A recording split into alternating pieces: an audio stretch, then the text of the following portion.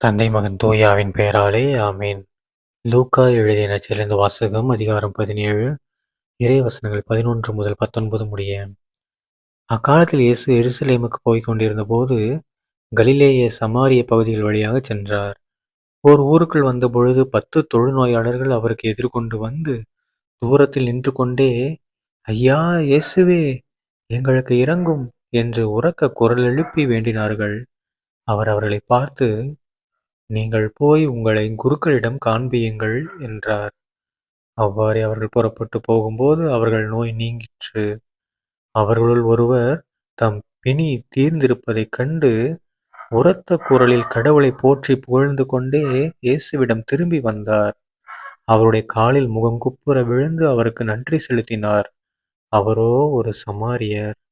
இயேசு அவரை பார்த்து, 10 பேர்களின் நோயும் நீங்கவில்லையா? மற்ற 9 பேர் எங்கே?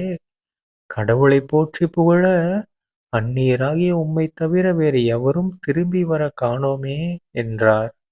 பின்பு அவரிடம், எழுந்து செல்லும், உமது நம்பிக்கை உமக்கு நலமளித்தது என்றார். ஆண்டவரின் அருள்வாக்கு. கிறிஸ்துவே உமக்கு புகழ். அன்பார்ந்த சகோதர சகோதரிகளே, இன்று பொதுக்காலம் 32ஆம் வாரம் நவம்பர் 12ஆம் தேதி 2025ஆம் வருடம் புதன்கிழமை. இன்றைய நற்செய்தியில பாருங்க, நம்ம இயேசு கிறிஸ்து ஆண்டவர் என்ன பண்றாரு? 10 தொழுநோயாளர்கள் வராங்க. அவங்களோட பிணிய நீக்குறாரு. ஆனா, அதுல ஒருத்தர் மட்டும் வந்து நன்றி சொல்றாரு. ஓகேங்களா? ஸோ கவனிச்சு பாருங்களேன். அதுவும் பாருங்களேன், அது சொல்லிட்டு அவங்க என்ன சொல்றாங்க? அவரும் ஒரு சமாரியர். அதாவது வேற்றினத்தவர். ஓகேங்களா? அந்த காலத்துல அவரு வேற்றினத்தவரா இருந்திருக்காரு. ஸோ, ஏசப்பா என்ன சொல்ல வர்றாருன்னு புரிஞ்சிருக்கும்னு நெனைக்கிறேன் இந்நேரம் உங்களுக்கு. என்னது? எத்தனையோ பேர் சர்ச்சுக்கு போறோம், ஜெபம் பண்றோம். மற்ற மதத்தினரும் வராங்க, ஜெபம் பண்ணுவாங்க. சில பேர் நம்ம மாதா மேல அவ்வளோ பாசம் வச்சிருப்பாங்க. மற்ற மதத்தினர் கூட மாதா மேல பாசம் வச்சு வந்து ஜெபிப்பாங்க. ஏசப்பா மேல பாசம் வச்சு ஜெபிப்பாங்க. பிரிவினை சகோதரர்கள் இருக்காங்க. ஸோ, எல்லாரும் ஜெபிக்கிறாங்க.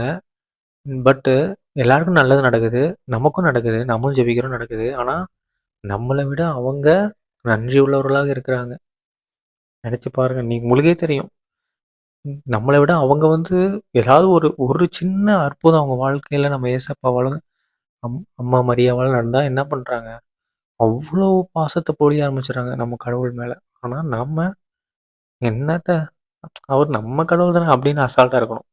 ஸோ அப்படி இருக்கக்கூடாது. இனிமேல் நம்ம என்ன பண்ணுவோம்? நம்பிக்கையோட அவருக்கு ஜெபம் பண்ணுவோம். அவர்ட்ட ஜெபம் பண்ணுவோம். அவருக்கு நன்றி சொல்லுவோம். சரிங்களா? தந்தை மகன் தூய ஆவியின் பெயராலே ஆமென். இயேசுவே போல இயேசு நன்றி மரியே வாழ்க. இயேசுவின் ரத்தம் ஜெயம். ஹல்லேலூயா. Praise the Lord.